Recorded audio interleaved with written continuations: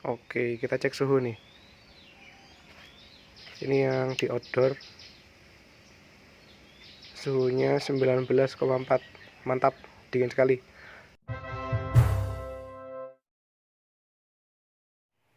Oke, jadi kita bahas dulu ya, kenapa ikan gupi itu kalau suhunya terlalu dingin itu gampang sakit-sakitan atau gampang terserang penyakit. Nah, ini alasannya itu karena metabolismenya ya. Jadi ikan gupi itu metabolismenya itu akan optimum pada suhu 25 derajat Celcius ke atas. Pernah diteliti ya, ini sudah pernah diteliti itu berdasarkan penelitian yang saya baca itu suhu optimumnya untuk metabolisme itu 26 sampai 31 derajat Celcius. Nah, kalau suhunya di bawah itu, maka metabolismenya itu akan terganggu atau berjalan lebih lambat. Metabolismenya itu baik dari pembentukan imunitas, kemudian pencernaan, reproduksi, dan lain sebagainya. Pokoknya metabolismenya itu pasti melambat. Itulah yang menyebabkan ikan gupi sering terserang penyakit ketika suhunya dingin ya, karena metabolismenya itu menurun kayak gitu.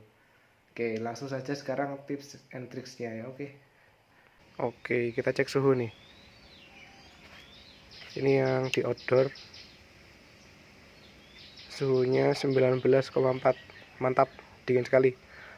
Ikannya masih sangat sehat. Kalau lincah gini dia aman. Ini 19,4 juga sama, kalau di tempat yang sama kayak gini suhunya hampir sama. Albino. Yang bawah 19,3. Nah, kayak gini. Ini kelihatan kurang sehat ya kalau renangnya kayak gini. Kurang progresif. Sama 19,4.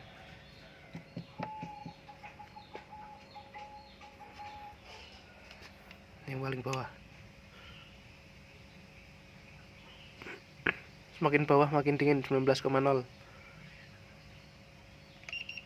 Jadi ketinggian itu juga penting.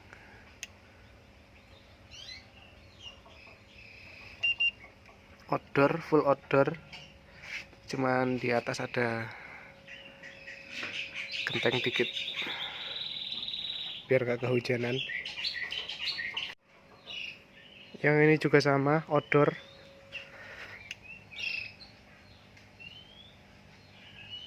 Oh, ini lebih tinggi dikit, 19,5.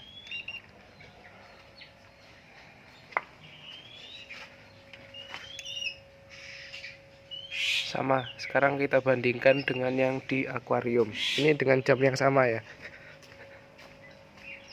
Kalau ini semi outdoor.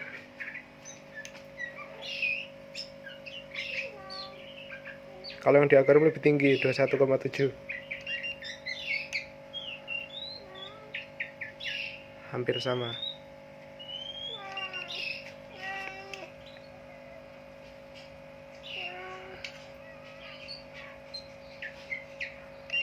Jadi ketinggian air ini juga penting.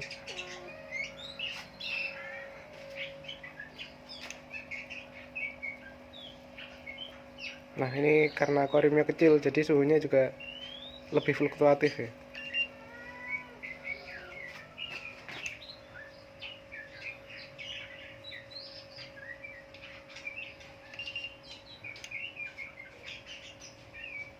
Jadi tips agar ikan tetap sehat menghadapi suhu ekstrim ya. Yang pertama, faktor pertama itu cara meletakkan airnya itu, meletakkan bak ikannya. Jadi volume air, ketinggian air itu sangat berpengaruh terhadap fluktuasi suhu. Kemudian letaknya itu semakin dekat dengan dasar, itu suhunya pasti makin dingin. Seperti yang saya contohkan tadi pagi ya. Tadi pagi itu videonya diambil jam 8, itu suhunya masih segitu, lumayan ekstrim. Akhir-akhir ini suhunya agak dingin. Jadi diletakkan semakin dasar itu suhunya makin dingin. Kemudian volume atau ketinggian air itu juga sangat berpengaruh. Itu yang pertama itu. Jadi kalau misal kalian indoor sih nggak terlalu masalah ya. Yang masalah outdoor atau semi outdoor itu pasti suhunya sangat fluktuatif. Yang pertama. Kemudian yang kedua, kalau saya sih cari aman ya untuk pakannya. Jadi kalau musimnya kayak gini, saya itu stop pakai pakan alami yang pakan hidup yang diambil dari alam. Contohnya cacing sutra atau kutu air yang diambil dari alam. Kalau mau pakan hidup ya itu pakai Artemia aja, kayak gitu.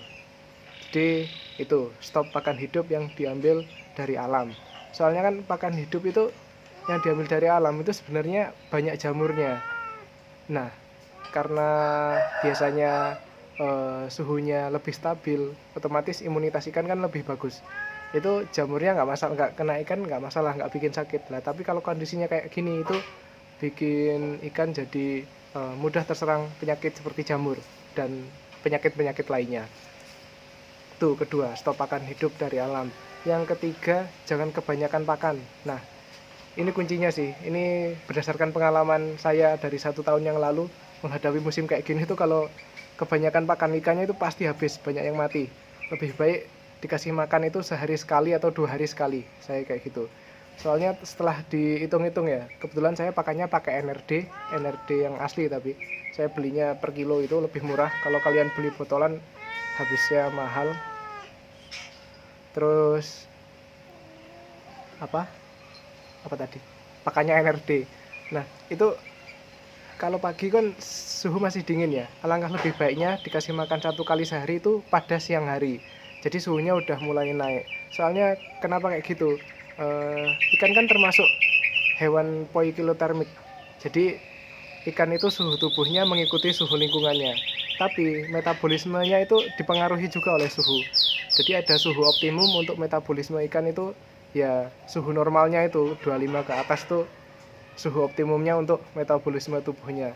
Nah makanya pada saat optimum itu kita kasih pakan di siang hari, kecuali kalau kalian itu ternaknya indoor, jadi nggak terlalu masalah dengan fluktuasi suhu kayak gitu. Cuman kan kalau ikan terbiasa di indoor kan kurang tahan banting ya. Saya sukanya kayak gini, semi outdoor dan outdoor gini sangat kuat ikannya dengan fluktuasi suhu. Jadi tuh jangan kebanyakan pakan. Jadi volume ngasih pakannya itu dikurangi dari seperti biasanya. Saya nguranginya 50%. Biasanya ngasihnya agak banyak-banyak banget. Kalau musimnya kayak gini kita kurangi 50%, dikit aja. Nggak masalah, ikan nggak mati, ikan nggak kurus. Kalau pakannya bagus itu nggak masalah. Selama pakannya bagus nggak masalah dan nggak gampang mencemari air. Soalnya lebih baik ikan gupi itu dikasih makannya jarang-jarang dengan pakan yang bagus daripada dikasih pakan yang sering-sering yang kualitasnya buruk, yang murah itu. Soalnya kan mempengaruhi kualitas air. Tuh faktor keberapa? Ketiga, jangan kebanyakan pakan.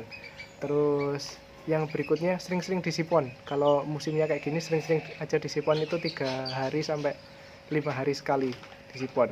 Jangan lupa ditambahkan garam juga. Garamnya cukup secukupnya sih, saya berdasarkan dosis dari plastik garam itu kan ada dosis untuk pencegahan penyakit, cukup dikit aja udah. Jadi habis disipon kasih garam, habis itu besoknya lagi disipon kasih garam kayak gitu. Soalnya kan garam dia mengendap di bawah kan, kalau disipon garamnya pasti banyak yang tersedot kayak gitu ya. Garamnya larut tapi dia itu masanya lebih ringan dari air pada umumnya kan. Dia kalau disipon di dasar itu pasti kesedot kayak gitu. Kalau saya sih takarannya pakai box yang di belakang itu 1 sendok makan, nggak sampai kadang kayak gitu. Udah sih, udah itu aja. Alhamdulillah aman. Sebagian sih ada yang kena pinrut itu, yang keruh itu ada di sana. Itu aja. Terima kasih sudah nonton. Jangan lupa like, subscribe. Jadi inti yang saya bahas tadi, jangan kebanyakan pakan, itu aja. Alangkah lebih baiknya kasih makan 1 kali sehari atau 2 hari sekali. Ngasih pakannya juga jangan banyak-banyak, tetap dikit ya. Bukan karena dikasih makannya 2 hari sekali terus pakannya banyak gitu, jangan. Malah dikurangin yang benar. Saya kuranginnya itu 50% dari jumlah pakan biasanya kayak gitu. Dan cara ngasih pakannya itu sama seperti penjelasan di konten-konten saya sebelumnya, yaitu dalam waktu 1 menit pakan itu harus habis kayak gitu. Soalnya meskipun pakannya bagus, tidak mencemari air, kalau nyisa itu ya tetap jadi sumber penyakit kayak gitu. Kayak gitu sih. Oke. Yang di indoor mungkin suhunya cukup fluktuatif, juga ada sih yang daerah dingin. Oke, tetap semangat. Semoga ikannya sehat semua, amin.